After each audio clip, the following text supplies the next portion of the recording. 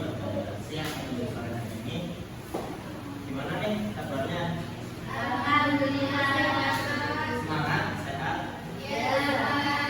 Oke. Kelas absen dulu ya. Yang pertama, Windy, Bisa, Nadia, Eka. Oke, semua ya. Nah, kemarin kita sudah belajar mengenai nama-nama nabi. Bapak ingin sekilas tanya ya, kalau nama-nama nabi itu yang wajib kita ketahui yang berapa? 25. Oke, bagus. Nah, sekarang kita akan belajar terkait nabi dan rasul yang mendapatkan gelar ulul azmi.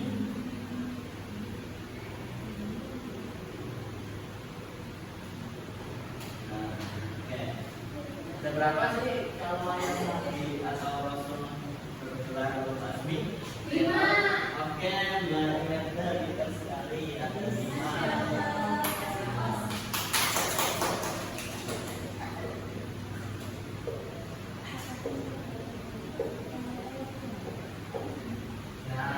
Sebelum kita mengetahui siapa saja nabi-nabi yang bergelar ulul azmi,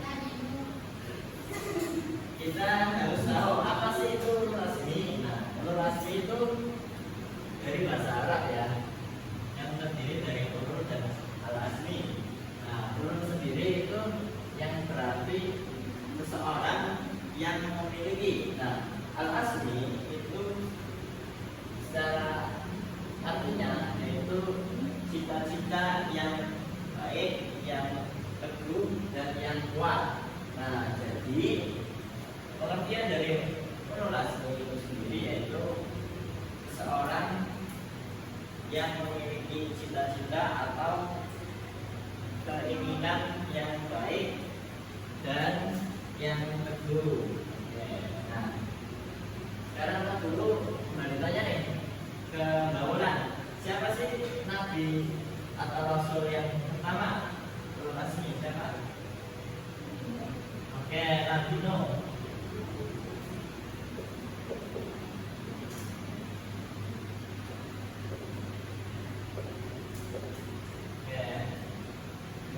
Dia yang kedua, nabi siapa? Nabi Ibrahim alaihissalam. Oke.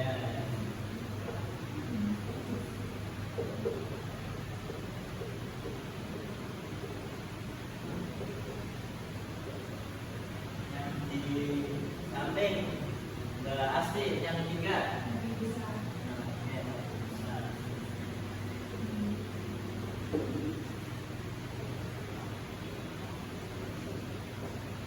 Yang di belakang Mbak Nisa yang keempat siapa? Siapa? Bisa.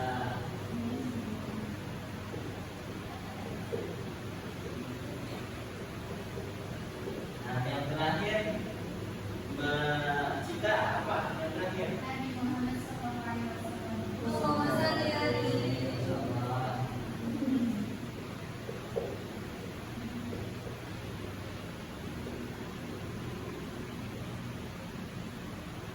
Nah, ini adalah kelima nama-nama nabi yang mendapatkan gelar ulul azmi dari Allah Subhanahu wa Ta'ala. Kenapa sih kelima nabi ini mendapatkan gelar ulul azmi? Karena mereka atau beliau-beliau ini dalam misi dakwahnya itu sangat sabar dan juga tabah akan menghadapi sebuah musibah ataupun sebuah kesulitan dalam dakwahnya sendiri. Nah, kita mulai dari yang pertama, ada Nabi Nuh alaihissalam. Nah, Nabi Nuh ini diceritakan atau diceritakan bahwa selama 950 tahun beliau berdakwah hanya mendapatkan mendapatkan 80 pengikut saja. Nah, bayangkan 950 tahun hanya mendapatkan 80 orang atau pengikut. Ini bukan waktu yang singkat, tapi juga waktu yang lama. Bayangkan saja ketika kalian satu hari saja jualan es, misal jualan es atau jualan makanan dan lain-lain, satu hari tidak ada yang beli, masih wajar, masih bisa lah di satu hari atau dijelaskan. Ketika sampai 1 minggu nggak ada yang beli, nggak ada yang pesan, dan terlalu sia-sia, pasti akan apa namanya, kesadaran kalian habis, akan mudah emosi, stres dan lain-lain. Tapi Nabi Nuh ini berbeda.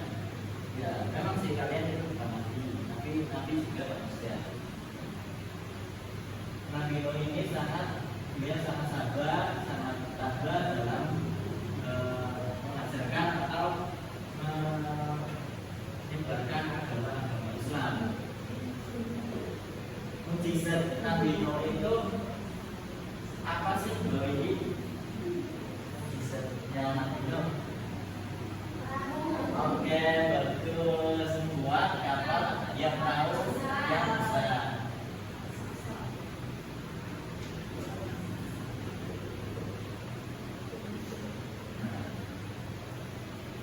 Jadi atas izin Allah, ketika selama 950 tahun ini beliau berdakwah dan hanya mendapatkan 800 orang, maka Allah SWT mengirimkan sebuah bencana berupa banjir bandang. Tapi sebelum bencana itu tiba, Allah sudah mengasih tahu kepada Nabi Nuh untuk segera membuat perahu. Yang selamat dalam perahu ini hanya 800 orang dan hewan-hewan makhluk lainnya. Yang tidak ikut itu istri dan anaknya. Oke. Nah, istri dan anaknya pun tidak mau mengikuti ajaran Nabi Nuh. Bayangkan istrinya Muhammad. Kalian mau jadi istrinya Nabi Nuh? Tidak mau. Bukan menjadi seseorang yang seperti itu.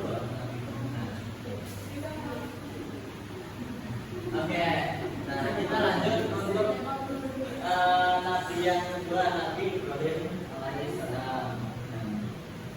Nabi Ibrahim ini mempunyai mukjizat apa, Mbak? Bisa?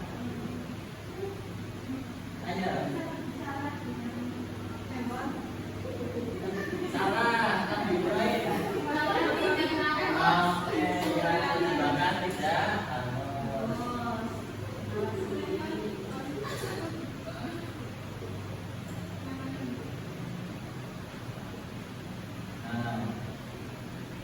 Kenapa sih Nabi Ibrahim itu dibakar dan hangus? Alasan kenapa harus dijatuhi hukuman dibakar?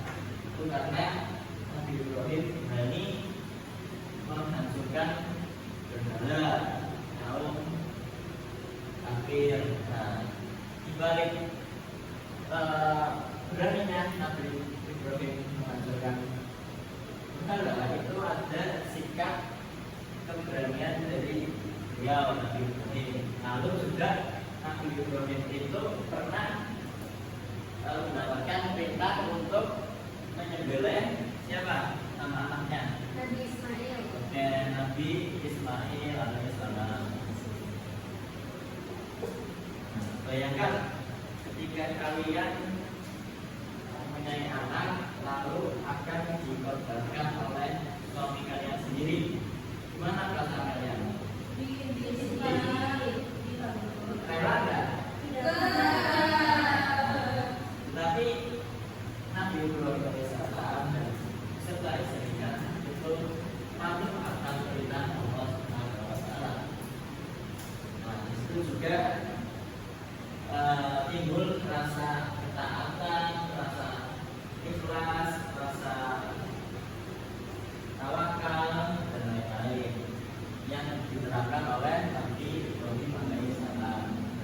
lanjut ke Nabi Musa alaihissalam. Nah, Nabi Musa ini tinggal pada masa raja siapa yang sangat membangkang? Oke, Raja Fir'aun. Ini Bible-nya kita sekali.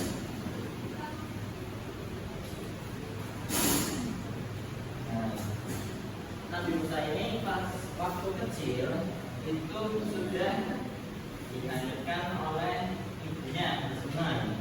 Karena apa? Karena Fir'aun itu tidak suka ada yang namanya anak laki-laki. Pasti misalkan ada akan segera dibunuh. Nah, makanya ibunya Nabi Musa ini tidak rela kalau anaknya dibunuh oleh Fir'aun. Mukjizatnya Nabi Musa apa? Beda ya tadi terus. Bisa membelah laut, kapalnya bisa dibawa dari luar. Oke, Masya Allah. Membelah lautan.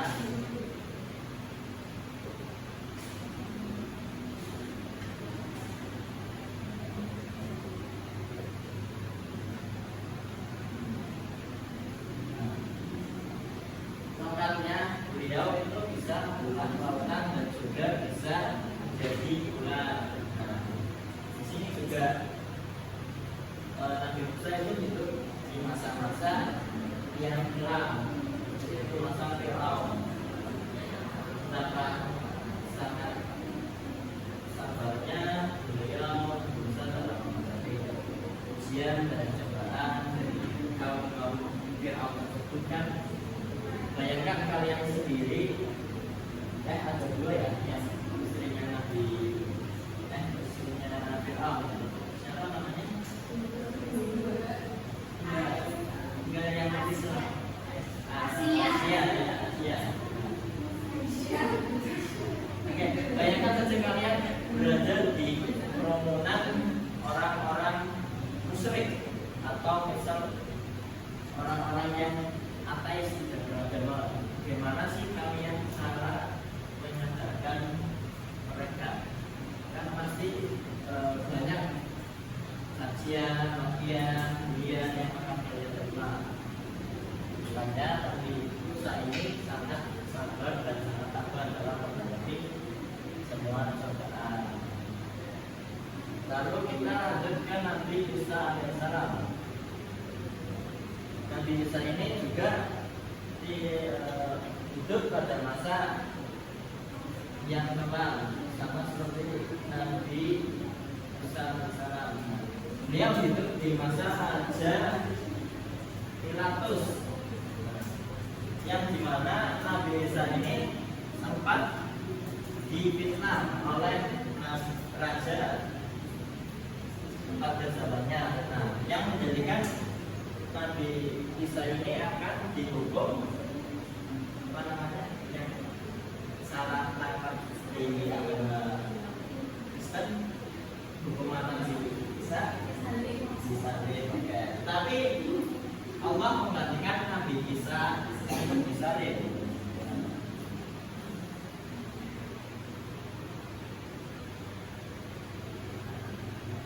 Siapa yang menggantikan? Yang menggantikan itu namanya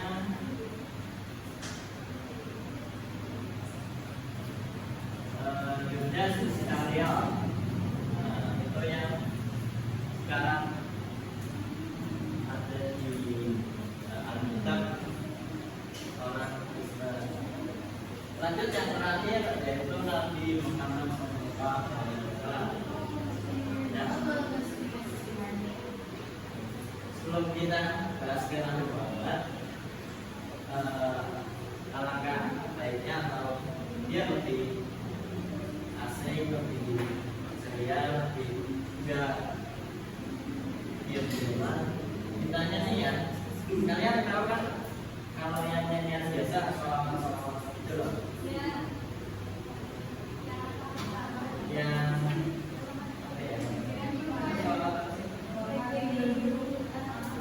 enggak, kita langsung ke kisahnya saja, jalan dari awal sampai akhir malahan. Yang dari 2019 di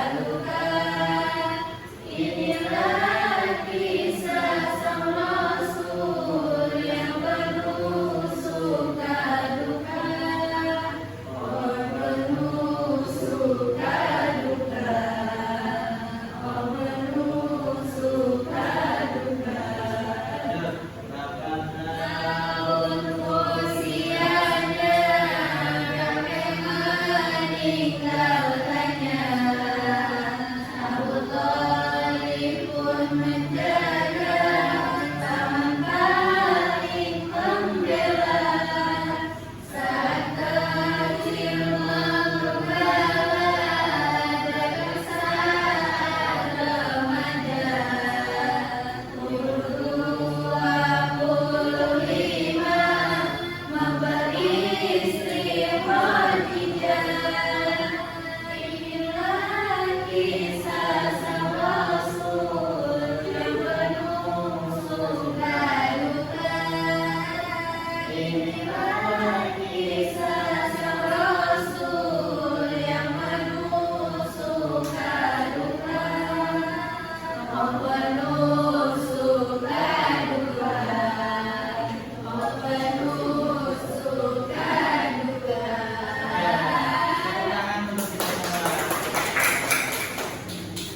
Jadi di lirik syair tersebut telah menceritakan secara singkat ya kehidupan Muhammad SAW dari dalam kandungan usia 2 bulan sudah jadi atau kuantum jadi ya. Nah, 6 tahun sudah ditinggal ibunya, jadi yatim piatu. Oke, kita langsungkan saja ke pembagian kelompok terkait materi lulusi ya. Pak Guru akan membagi 2 kelompok, yang kelompok 1 sebelah kanan, yang kelompok 2 sebelah kiri. Nah, untuk yang kelompok 1 itu akan membahas terkait Nabi Ibrahim alaihissalam, tentang apa saja sih sikap teladan yang bisa kita tiru atau yang bisa kita pelajari. Nah, untuk yang kelompok 2 itu sama soalnya, tapi teladan Nabi Muhammad. Maka Pak Guru kasih waktu 2 menit untuk berdiskusi.